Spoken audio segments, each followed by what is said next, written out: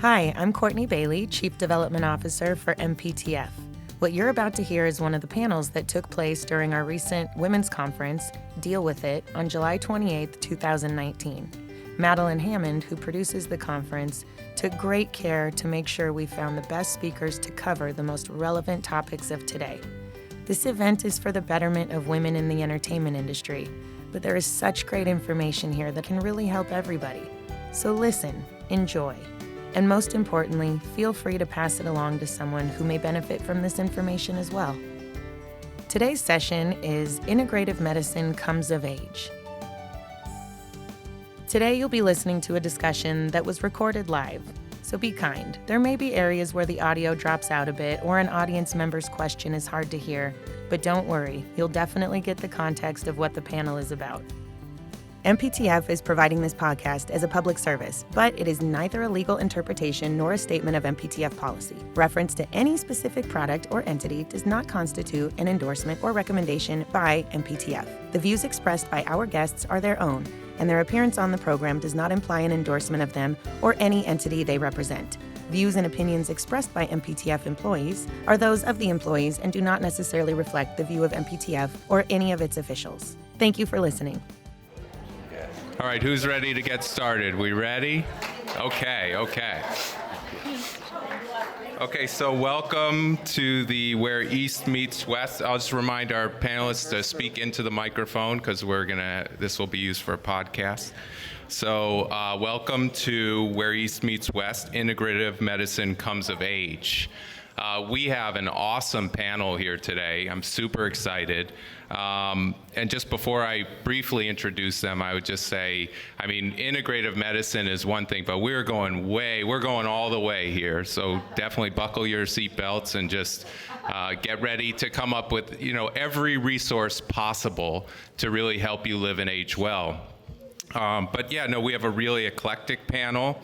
I'm not going to go in deep into their bios because, as you see, you have them in the books here. And for those of you who like to follow along, I'll just follow the page numbers here. So we have Sharon Gothard. Oh, nope, I'm out of order already. Hold on. Sherree Godasi, who is a Psychedelic Integration Coach, and she's the founder of Psychedelia.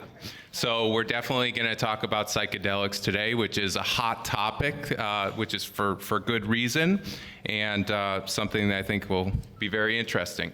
And then we have Dr. Rahul Jandial, who is a neurosurgeon and scientist, amongst many other things. This guy, I don't know when he sleeps, at the City of Hope. And he has a lot of interesting information to share today. Dr. Elizabeth Coe, who is the Assistant Clinical Professor of Medicine at the David Geffen School of Medicine and the Medical Director of the UCLA Health Integrative Medicine Collaborative. So hopefully we'll learn more about that and take advantage of that great program. And then Sharon Gothard Weisman, right to my right here, who is a psychic medium and spiritual advisor. So I'm very excited to learn more about her work. And I'm Dr. Scott Kaiser. I'm with the Motion Picture Television Fund, where I'm Chief Innovation Officer, and I'm a geriatrician by training. So, when I look at our panel here, I think a lot about all of the possible ways and all the resources to be able to help myself and my patients really live and age well. And I was thinking about the group of who we have and the different specialties and backgrounds people have. And really it's a matter of the fact that we have anxiety, depression, substance abuse, existential crises of modern living, these huge problems. I was looking at the figures. 20% of the US population suffers from some form of anxiety disorder, right? 1 in 5, over 40 million American adults. The numbers for depression, obviously the numbers for substance abuse, we hear about the opioid crisis taking people's lives every day, right? So Western medicine alone really hasn't had enough to offer to be able to address these prevalent issues. We didn't even get into chronic pain and just the stresses of modern living. So what we're here to talk about today when we look at integrative medicine is really broadly everything that's out there for us. There's varying levels of evidence. We could get into that, whatnot, but really to just leave no stone unturned to figure out how we can best care for ourselves. So with that, I thought it would be good to start with Dr. Ko, can you give us some basic definition of integrative medicine overall? So the landscape of integrative medicine has evolved a lot over the years, starting with the definition. So in the 1970s, holistic medicine was the term that we used. Then it became complementary and alternative medicine in the 80s and the 90s. And now the universally accepted term is integrative medicine. So in the Western world, we tend to define health as the absence of disease, right? If you are physically well, you are without ailment, you are healthy. But the definition through the lens of an integrative medicine provider is beyond the physical body. It's about emotional well-being, it's about spiritual health, it's about physical health as well too. And that's how we frame this discussion. The NCCIH, which is the National Center for Complementary and Integrative Health, it's one of the 27 centers of the NIH, which is the National Institutes of Health. They define integrative medicine as 5 main categories. So one is traditional medical systems. That includes traditional Chinese medicine, Ayurveda. Number 2 is biologic-based therapy, vitamins, minerals, supplements, probiotics, large field. 3 is mind-body techniques, so meditation, mindfulness, yoga. Number 4 is manipulative therapy, so osteopathic medicine, massage. And number 5, energy therapy, which includes Reiki or therapeutic touch. So that's how we define integrative medicine. And an important point I want to make is it's not an all or nothing. It's not choosing Western allopathic approaches or integrative approaches, it's an and. So just like the name, integrative medicine, it's woven into the fabric of patient care for both prevention and management.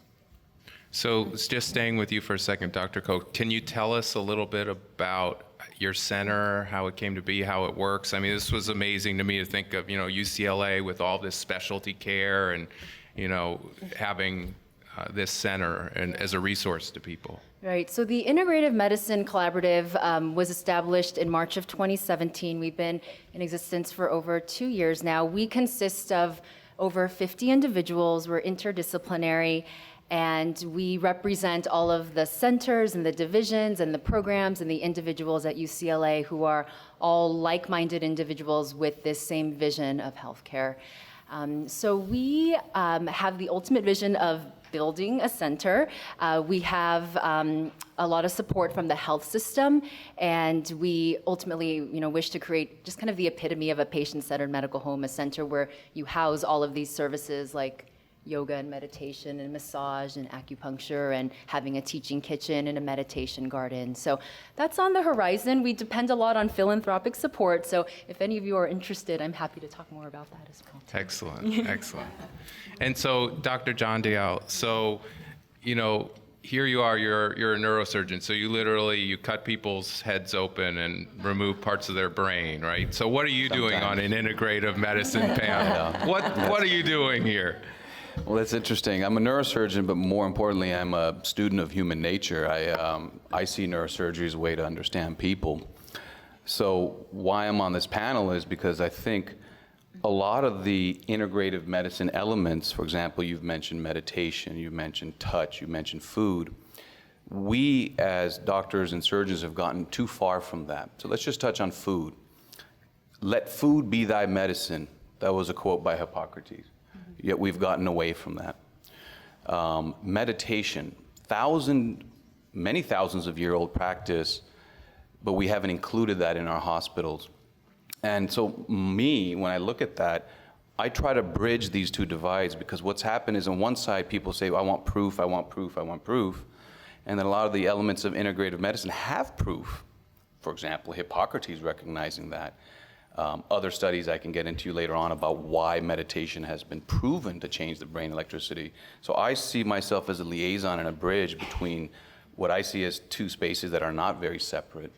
And integrative medicine, to me, there is no place that it has been more implemented than in a cancer hospital.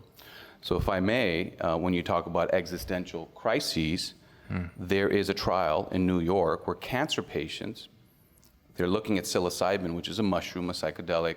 They're looking at the fact that when you have a cancer diagnosis, there are many people who struggle with the fact that something they have created within them is literally eating them alive. So they have an existential crisis, and traditional medical centers are open to clinical trials to see if mushrooms or psychedelics can help with that. Again, integrative medicine, psychedelics, powerhouse cancer centers, they don't have to be separate. So that's one example about things I know that I want to share that connect seemingly disparate worlds. And I was just talking about traffic on the 405. I mean, I wasn't even talking about. That's when you really need some integrative but therapy. Sherree, so that's a perfect segue into your work. And, so Dr. Ko laid it out: traditional, biologic, mind, body, and not health as the absence of disease, but really full spectrum, whole body, whole mind, whole spirit, soul, health, and well-being. How do you sort of see your work fitting within that? Yeah, absolutely. So psychedelics, there is evidence that they have been used for millennia by indigenous cultures, mostly in the Amazon rainforest. And still to this day, many tribes still do exercise psychedelic use for various reasons. They first and foremost believe that any type of disease in the body is really a spiritual disease. And some plant medicines, for example, ayahuasca, that is used and facilitated by shamans that have been using this for generations, and the information to how to use this technology has been passed on intergenerationally. They use the medicine as a type of microscope, if you will, to look inside the person's, not just the body, but their psyche, their nervous system, their energetic aura, and they locate any type of obstacles in the body, and through the connecting into the spiritual realm, they dissipate these blockages, and that's how they heal the person. And there are a few books that have been written, namely one of them that I highly recommend, which is written by actually an American doctor called Dr. Joe Tafur, who is also the founder of an ayahuasca healing center in Peru. He wrote a book called The Fellowship of the River about how Americans that came down to the jungle with ailments such as eczema and migraines and PTSD and gastrointestinal issues have come down to the jungle and have cured them through plant medicines. So the idea of psychedelics is really that it is a full spectrum health, mind, body, psyche, spirit, energy, medicine, and it is regarded as medicine in these cultures as well. And in that way, it does fall under, right now, the science in the US is discovering with evidence that indeed these ancient technologies that have been used for millennia without any evidence are now getting justification for it here in the US. And that's amazing. So much we'll have to come back to about kind of how psychedelics enable us to suspend belief in a fixed reality, right? And you mentioned sort of treatment within the spiritual realm. So Sharon, can you tell us a little bit about your work, how you got into it? And Sure. Yeah.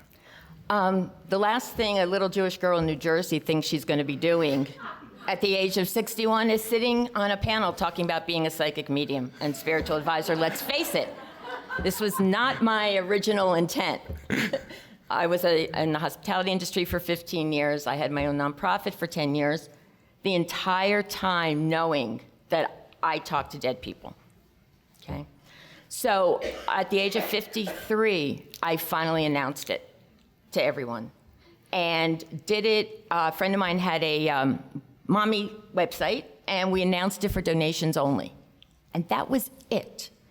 And when you're meant to do something, it happens. I did it quietly before that for 25 years.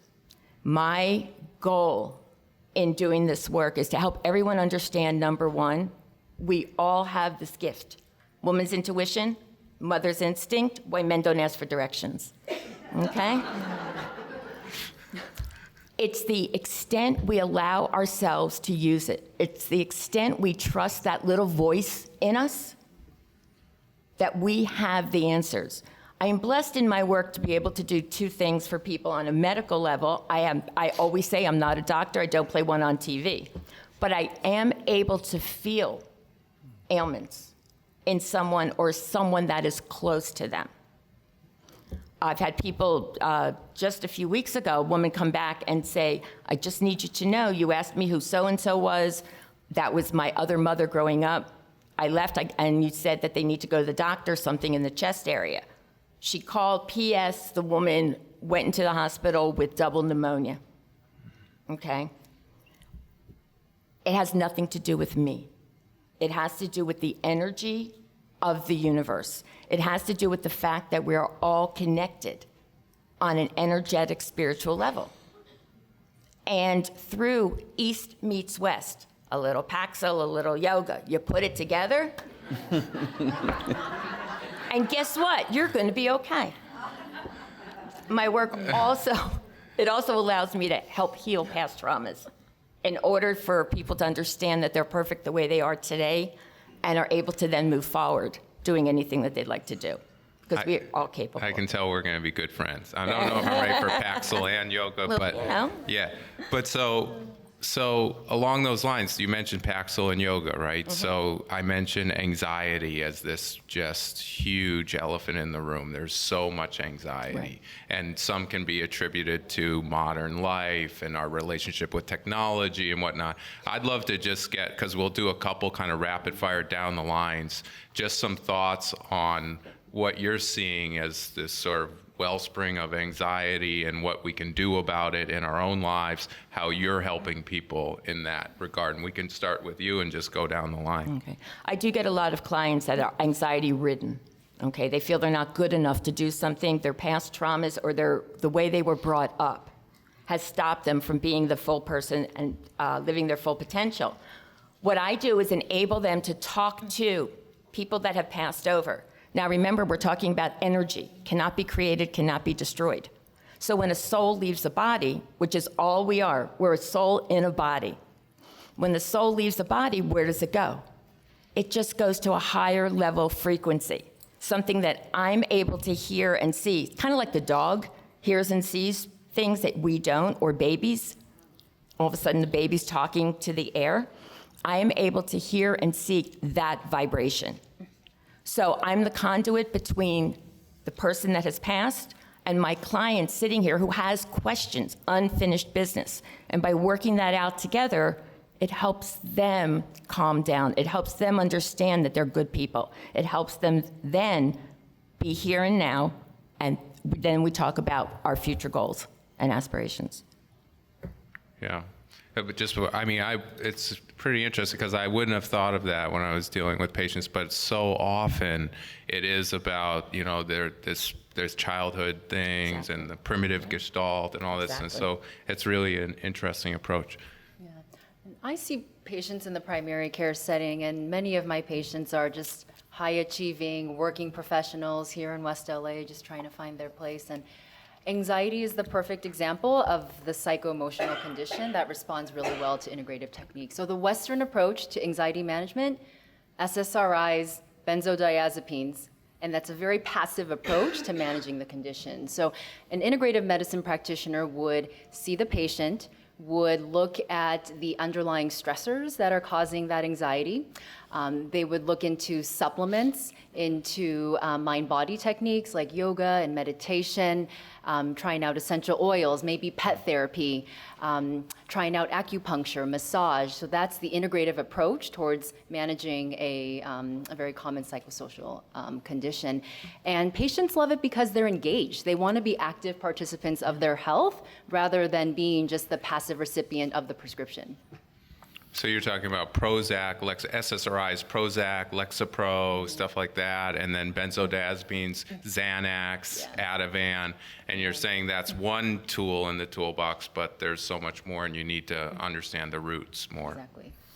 Yeah, what those pills, they work temporarily and not well enough, reveal is that there is a biology underlying anxiety. It is a feeling, but if you were to look at a human brain, there would be chemicals and electricity showering in an aberrant way. So there is a atomic dust basis for this. It's chemicals and electricity. So I'll tell you an interesting story why I think meditation, and a particular type of meditation, is a resource available to us, everybody, without having to resort to pills.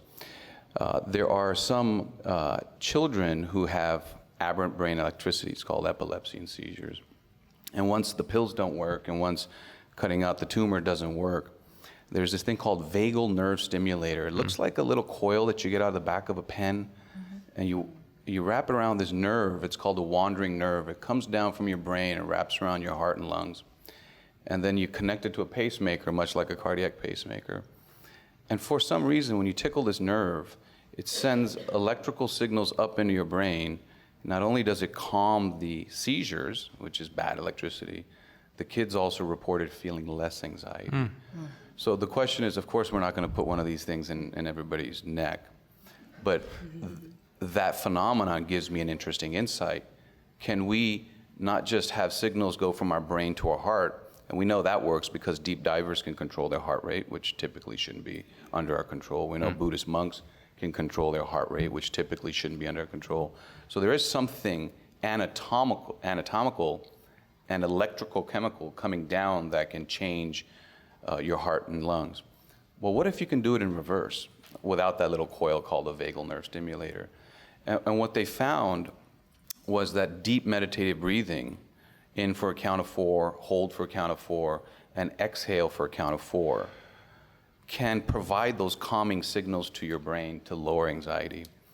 And so I'm a skeptic. I'll say, well, I mean, I understand that Buddhist monks can tamp down their heart rate, but Rahul, that's not enough proof for me that breathing could calm the mind.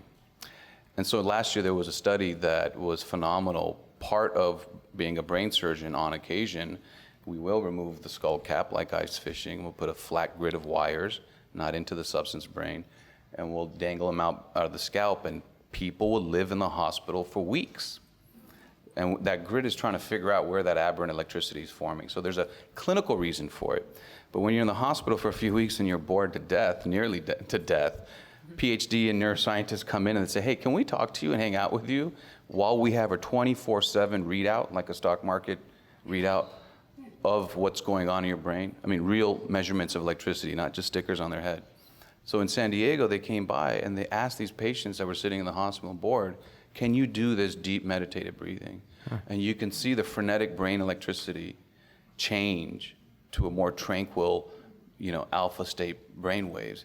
So there is proof, measured brain electrical proof, that deep meditative breathing can calm anxiety.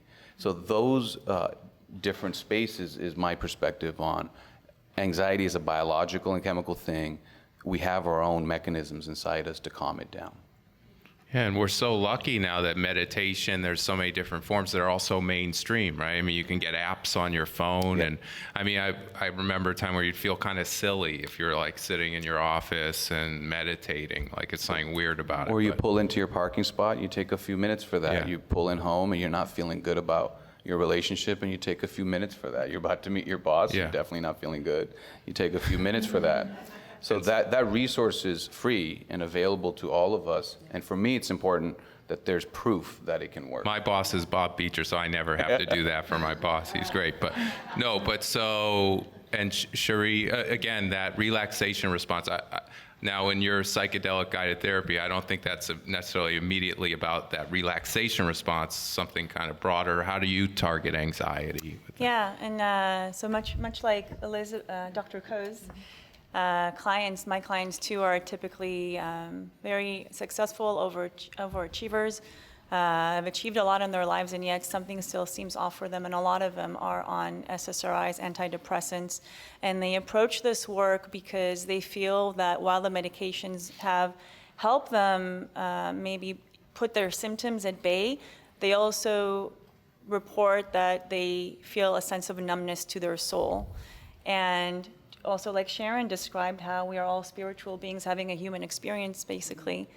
One of the biggest, most beautiful things that psychedelics can reveal is that we are indeed that, and that we are all pure beings, and everything that we've accumulated over the years, our identities, the stories we've been taught through our parents, the stories that we've been taught by our culture, sometimes force-fed.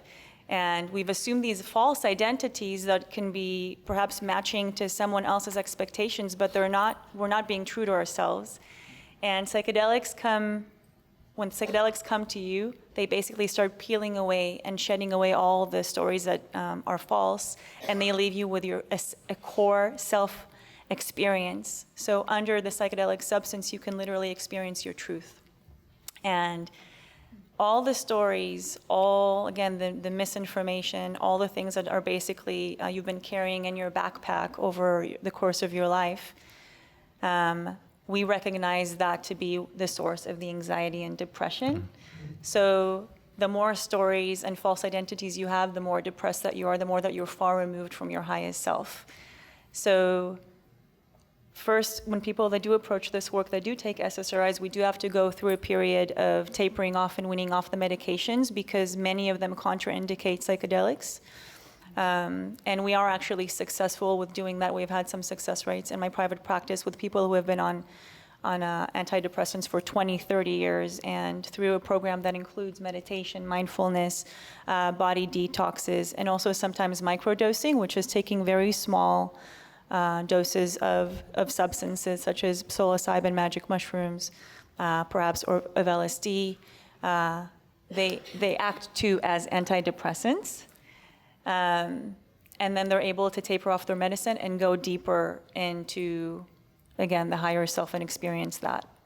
So, do you mind if I ask you just Yeah, two quick go ahead. questions Yes. about that? Just one, how important is it to have a guide? Because when ayahuasca became more popular here from Peru, I was in Peru a while ago, and there's always a shaman or guide to take you through the journey. And then two, if they're illegal in the States, how does the access work? Yeah, great questions. Thank you. So the first question about is it necessary to have a guide or not depends on a multitude of things. First of all, it does depend on the type of psychedelic substance or medicine. Ayahuasca specifically has always traditionally been poured and served by, again, a very skilled shaman who has worked with the medicine typically for decades and who has inherited the knowledge from their grandfathers. So ayahuasca, you just cannot drink alone. At least it's not recommended. It's just a very broad and deep medicine that really does take many years to understand how powerful it is. With other substances that are more maybe easily accessible, like psilocybin, like LSD, like MDMA, many people do utilize them on their own. But one issue that we are experiencing right now with the psychedelic renaissance, especially because all of these medications are being clinically studied currently and are yielding unprecedented results in the ways that they can help us heal, including anxiety and depression. A lot of people do feel called to try them out on their own and see how it works. But the issue is that because of the current legal issues, is that, again, psilocybin, MDMA, and LSD are still illegal, meaning they're scheduled as Schedule I substances right along heroin, right along cocaine, right along methamphetamines. So we do not have the educational systems in place to provide guidance and basically a protocol on how to utilize these substances. So if you go and get an SSRI prescription, you get from your pharmacist an instruction, you take this once a day, this, with food, without. With psychedelics, we don't have that. So this is where, my organization, Psychedelia, is a community-based organization which we are working on expanding psychedelic education. So to teach people basically a set of rules and guides and strategies that they can utilize these substances depending on their intentions, depending on what they want to achieve, either on their own or with a guide. So what's missing is, again, the education of the how, the why, the when, the what. Yeah, I'm glad that this is coming up about safety, because as a physician, I think, first do no harm. And, with meditation, I think it's very hard to do harm. But you bring up the psychedelics, overall as a class, now we're speaking about them in a blanket way, but they're very safe, but in certain instances there can be dangers and significant risks. And I definitely encourage people to read Michael Pollan's book, Just for a Cultural History How to Change Your Mind, I think is the name of it.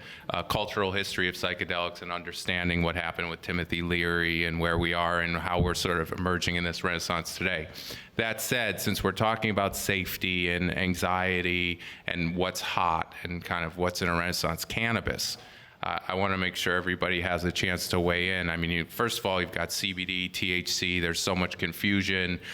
You see people driving around smoking marijuana. Like, talk to me about, I know Dr. Jandial, you've been looking into this, especially in preparing your book, kind of the mainstreaming of cannabis and how it can be a benefit and how there may be risks. First time I, prescribed, it was prescribed cannabis. It actually wasn't a prescription. It was in San Francisco. I was in a hospital, I was volunteering. And it was during the AIDS epidemic. AIDS is still a big issue. We made some strides in there, but there's a loss of appetite. And so they were learning from cancer patients that cannabis was an appetite stimulant. And for patients with AIDS as well as cancer, cachexia is no matter what they eat, they're losing weight. So that was the first time I heard about that. And I know in the last couple of years, again, kids with aberrant brain electricity, it is now approved for as a medicine for calming the electrical storms in people's minds. So those are the medical insights I've had about it. Does it cause as many diseases as other legal substances? For example, tobacco. We don't see a lot of spiking lung cancer rates with smoking marijuana. I'm not saying smoke marijuana, but just showing you things that I've seen. But with any of these substances, driving, if you want to hurt yourself or you want to take chances with yourself, that's one thing. But as with alcohol, marijuana, smoking, it does impair judgment and driving ability, and that's been clearly shown. So those are the pieces of information I can provide. And Dr. Ko, use of both CBD, THC, whatever in your practice. Yeah, so cannabis has taken front stage to treat an array of health conditions, but I want to bring to your attention the report that was published by the National Academy of Sciences in January of 2017. So this was a summary of all of the clinical evidence and a summary of over 100 articles, and the committee came to the conclusion, the executive summary says verbatim, there's conclusive, substantial evidence for the use of cannabis with 4 conditions. Okay, 1 is chronic pain, and more specifically, it's neuropathic pain. 2 is the chemotherapy-associated nausea, vomiting, the symptoms that patients get. 3 is pediatric epilepsy, and then 4 is the spasticity associated with multiple sclerosis. So those are the 4 conditions for which this committee concluded substantial conclusive evidence for the use of cannabis, and more commonly it was the oral form that was studied, less so the topicals that are very common right now. What is neuropathic pain? Neuropathic pain, so like the neuropathic pain associated with diabetes or following a failed laminectomy surgery, so all of the kind of tingling, numbness, sensation in the fingers and the toes. And there was moderate evidence for one condition, which is sleep-associated disorders. Every other condition that we hear about advertised for cannabis did not have as a robust of a data. Sherree, you look like you have something. Yeah. Cannabis or the plant marijuana is considered by other cultures a master plant, meaning a master plant teacher that can teach one a lot of things about themselves and about life. And many people that use marijuana or have used it before do report that they can get a sense of anxiety from it, that it makes them feel very anxious. And in the psychedelic sphere, we actually might say that because marijuana actually is a master plant, and it is a very powerful master plant, and we don't really pay to it too much respect here in the West, or actually as the shamans in the Amazon say, we kind of treat it like a prostitute, actually. We've taken it and we just feel like it's something that we can abuse and use without mindfulness or respect. But if you use this plant with mindfulness and reverence, meaning when you do it, if you choose to do it at home, then you cultivate an intention around it. You smoke it by addressing the plant and opening yourself up to it and say, I'm intending to use you because I want to learn about myself, I want to heal my pain, the pain in my body, then the plant will actually communicate with you and will share a lot of insights that could be very valuable to your healing. So while it does, and it has been shown to relieve many physical ailments, it is definitely, it can definitely be beneficial psychologically and spiritually, and if we treat it that way. And I think Dr. Jandial, you said something about how it impairs driving, and it can, definitely. But actually, I think I've heard of a study that's been done in Denver. As you know, Colorado is legalized, fully legalized marijuana recreationally. I think it's been 2 or 3 years now. And they have had many studies they've had many studies coming out showing the results of what it's been like now that cannabis is fully legal there. And actually, I think there was a study that has shown that number of accidents has dropped. And also alcohol sales have dropped. Yeah. Yeah.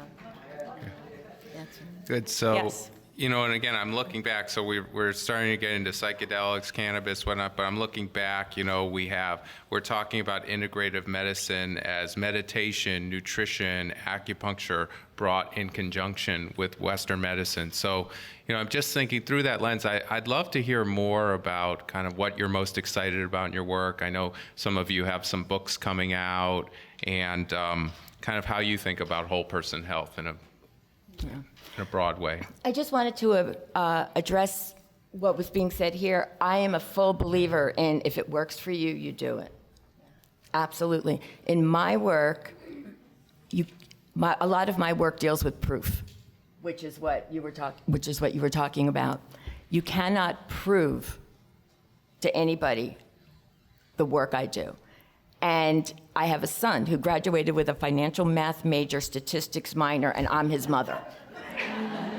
Okay, figure that one out. And we had a big conversation one day, and he said to me specifically, if you cannot prove it mathematically, it doesn't exist. And I said to him, do you remember the movie Contact? And he said, no. I said, well, basically, it's Matthew McConaughey is me, and Jodie Foster is you. And she said the same exact thing. If you cannot prove it mathematically, it doesn't exist. And he asked her, did you love your father? And she said, absolutely. He said, prove it. Okay? So to use any type of psychedelic in my work would not allow my client to prove it. It could be, the results could be based on a variety of, what Sherree knows, a variety of situations where they may think it comes from them. You don't know. But I do need to say that when we understand the electricity, the energy that this is all about, that we are able to not only heal ourselves, but perhaps go on and help others with the same information. And that's how it works for me. Dr. Kaiser mentioned the opioid epidemic, and I think we all recognize that it's a public health crisis. And what I'm very excited about is the role of integrative medicine techniques in helping to solve this crisis. So the Joint Commission, just the accrediting body of all hospitals, has issued a mandate. So in January 2018, they stated that every hospital that is accredited by the Joint Commission needs to have a non-pharmacologic pain plan in place. Beautiful. So, If I could speak to that. so with your patients who are hospitalized, who have pain, yes, you can offer the morphine, but can you also offer the essential oils and the massage and the pet therapy and the yoga and the acupuncture in lieu? And these are all very low cost, low risk, low tech interventions that have some benefit. If it doesn't help, that's okay, But this is really a public health crisis, and 2 million adults in this country have an opioid addiction, and it's a larger conversation on a national level, but this is where I'm very excited about integrative medicine techniques as a tool to help solve this problem. Yeah, I'm so glad. I mean, I really think, and we'll get to Q&A in a minute. We'll have a good amount of time for questions. But, you know, when I think about the care of older people, and you hospitalize older people, and they can become delirious and fall, and there's all sorts of risks. One of my colleagues did a study where all they did was use essential oils, calming music, some breathing exercises, and they significantly reduced incidences of fatal events of people falling in the hospital and delirium. It's just really, I think we should be up in arms that we then have not been able to roll out those programs because we can't pay for somebody to do that when we can pay for all of the other stuff that we're paying for. So, I mean, it's, I think, a call to action. But So I think I've been looking at the brain from multiple perspectives, and what I was most surprised by, again, going back to Hippocrates about let food be thy medicine, is that we don't have a pill, despite many efforts, to stave off dementia. Yet the population's growing, 60s, 70s, 80s. So dementia was rarely an issue when people passed away in their 40s and 50s. The brain can, unless you have a genetic predisposition, it's pretty sharp until your 40s, 50s, 60s, despite what you do to it. But 70s and 80s, it's a different story.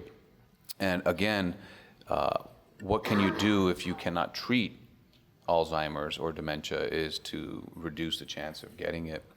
And so there are all these new fields developing, again, at big medical centers, things like nutritional psychiatry, that maybe if you're not feeling well, the first thing to do is change your diet. Yeah. I mean, and that's the last thing you'd expect from a neurosurgeon. But in neurosurgery, I was in a hospital in Ukraine, and when they don't have certain medicines for the brain, they'll feed the kids an all-fat diet. It's horrible, but it does treat brain conditions. An all-fat diet, sizzling in the corner of the rooms. To me, that's the premise that food can heal. From that, I look at Alzheimer's and dementia, and there's a very delicious, easy to obtain, inexpensive diet that has been proven over hundreds of thousands of people, and over decades, and that they call that the mind diet, which is it's sort of, well, actually it's different. It's mental or mind integrative, degenerative delay. It's a fancy word for it. If you eat this, your brain won't wear out as much. It happens to be the same thing as the cardiac diet with just a twist. So it's fish, plants, yogurt, nuts, occasional red wine, and if you're going to eat meat, it would be poultry. So the fact that something so delicious and accessible that doesn't, isn't a diet fad that eat this one thing and you'll be healthy, or don't eat this one thing, you'll be healthy. It's just good living can also protect your brain. To me, it's a marvel that the brain does so much, yet asks so little. So the Mind Mediterranean diet is medicine for you, but you have to do it, it's not do it now and tomorrow you're sharper and tomorrow you don't have dementia. You sort of have to lean that way. It's a glacial change to make in your life. And again, it doesn't hurt you, and it's not expensive. Yeah, that's awesome, because I think another undertone to what we've been talking about is the long, intentional road of prevention. Yeah. And it's come into mainstream awareness that between 1/3 and 60% of cases of Alzheimer's could be prevented with lifestyle modification alone and some of these integrative approaches. So that's striking to me. It's upsetting that we're not doing more, but that's why we're here today. And Sherree, we're in this psychedelic renaissance. Must be an awesome time for you. What are you most excited about? I am excited about all the interest that psychedelics are generating, and a lot of it is, and thanks to Michael Pollan, the author who wrote this, the book How to Change Your Mind, which I feel has made the psychedelic realm more accessible to people who might have otherwise would not be interested. It is important to remember, though, that we live in an age where decision makers decide what is to be proven and what is not. So research, for example, all the research that's coming out right now about psychedelics is all privately funded by donations by people who have tried psychedelics on their own and believe in their healing power so much. The government is not funding these. And also, just to kind of piggyback on what Sharon was saying, the law of gravity existed before someone proved it. A lot of things exist until someone decides that it's important enough to prove. So I think I would just like to leave you all with a message of do your own research, and most importantly, follow your heart. Follow your own inner healer. We are very far removed from our higher selves and our truth. And don't let all the stories that are being fed to us constantly either through media, especially in this town, through media, through the news, tell you otherwise. And stay curious about them. And anyone who is curious enough, there are a lot of other people who are just as curious about you. So connect with your tribe and do what's right for you. That's great. So now we have some time for questions from the audience. I see lots of hands. I see a hand going up there. Yes. No, behind you. I'll come back to you. Sorry. This question is for Dr. Koch. I'm very interested in your center at UCLA, and I'd love to check it out. A bit of a controversial take on things. I'm curious if there have been any instances where integrative physicians don't go right away to pharmacological solutions for various ailments, and while trying non-Western therapies, I would say, end up finding out or regretting that that necessarily wasn't the greatest first route. And so is there a downside to thinking about non-traditional forms? Right. Yeah. And let me just repeat the question for the recording. Yeah. I think just to summarize, great interest in the Center for Integrative Medicine at UCLA, but just some question about, are there instances in which it could be a concern to take an integrative approach where you might miss an opportunity to go with a Western traditional modality right off the bat, right? So Western medicine is great for acute problems. So if you have an acute infection of the abdomen, if you have a new diagnosis of cancer, I am not to say heal with massage and with essential oils. I say go to get your surgery, go to get your chemotherapy. And I think that's where the art of being a physician plays a role, is for acute problems, modern medicine still all the way, but you can add other techniques to heal that process, to help with pain, to help with symptom relief. And integrative modalities are really great for chronic conditions. So all the patients that we have with chronic anxiety and fatigue and dementia, those are the techniques and the conditions that respond very well to integrative modalities. Do you mind if I add? That's an excellent question. The most cautionary tale for that would be Steve Jobs. He clearly informed, brilliant. And I just, the integrative medicine, again, like you said from the beginning, Scott, was it should expand the toolbox and maybe be prioritized, especially for certain conditions. But he had a rare type he had liver cancer, and he put liver cancer in the same bucket. All liver cancer means things aren't going to go well.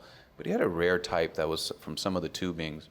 And I think he went to India for a while and got some Ayurvedic medicine. And by the time he came back, it was that rare type of liver cancer that actually surgery could cure. And so then when he came back, it had spread a little bit, and he ended up getting a liver transplant. It just didn't go well. So he is the cautionary tale of somebody bright and informed. And I think your point is great. It's to expand the repertoire and not to say this over this, right. And to teach doctors that if it's not deadly now, try this less toxic, holistic approach first, and push the pills and the interventions farther down. I could add something to that. Personally, I broke my shoulder a year ago, and on the East Coast, came back and went to my holistic MD, who also does pain management.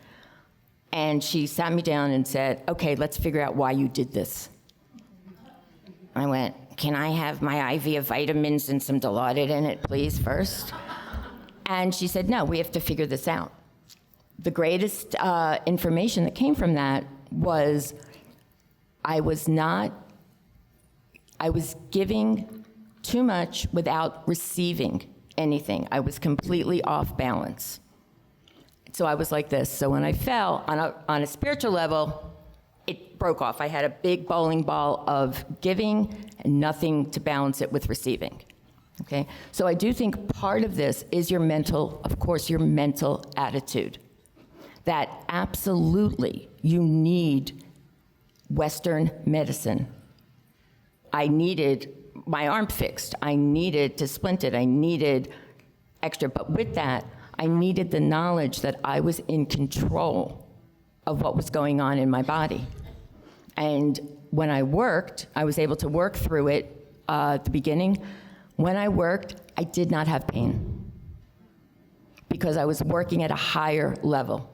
I was working at a higher frequency that allowed me to basically shut off the pain, the pain neurons or whatever, you know, and enabled me to connect and work with someone else.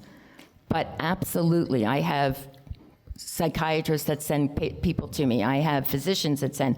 I have many, many high-level, very powerful clients who just need that extra what is going on that I can help with.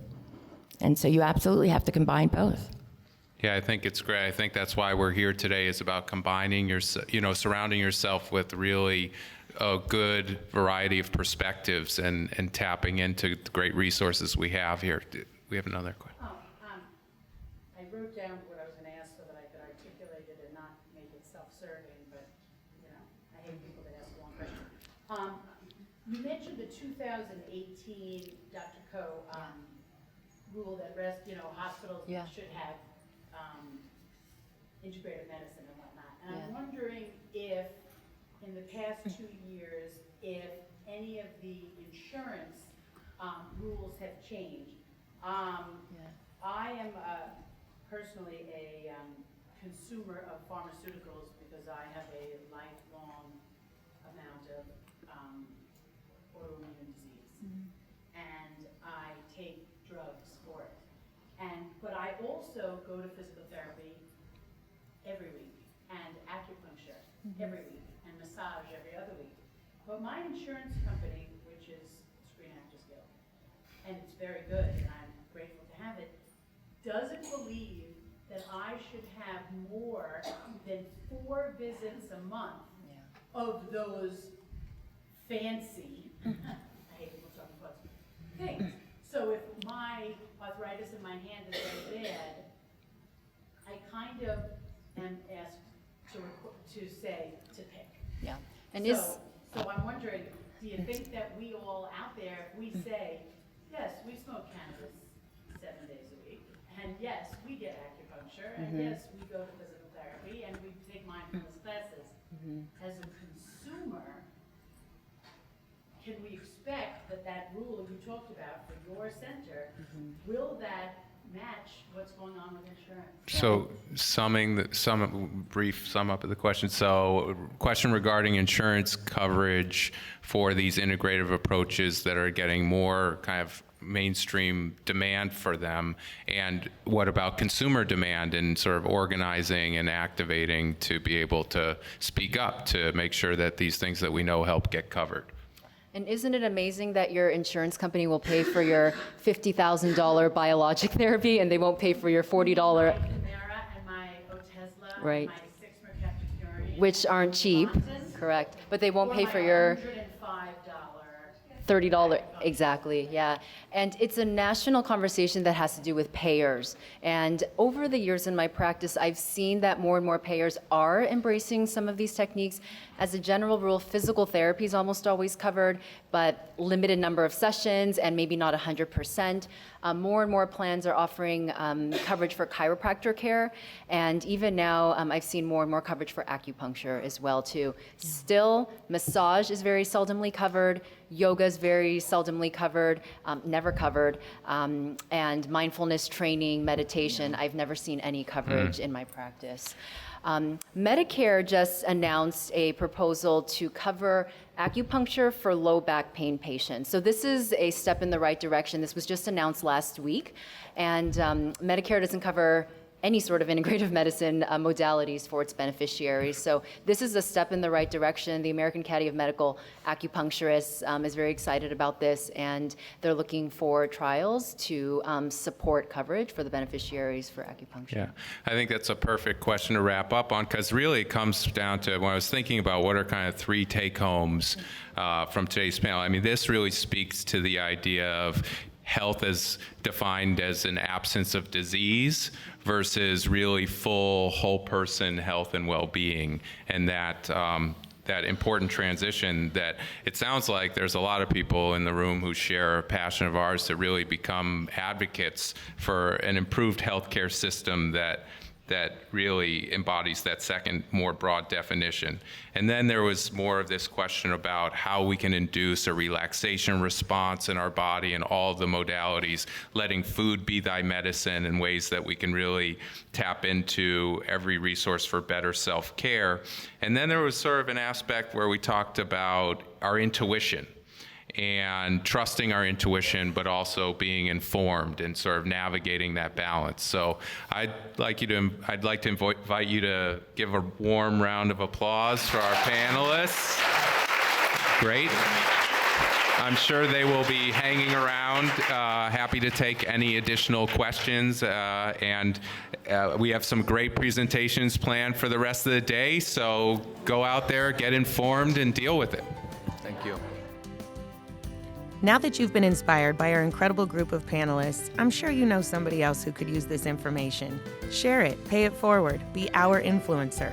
If you want to support projects like this, it's real easy. Go to MPTF.com, and also please follow us on social media, including Facebook, Twitter, Instagram, and YouTube. Or if you're so inclined, we'd be so grateful for your support. You can text MPTF to 41444 to make a donation.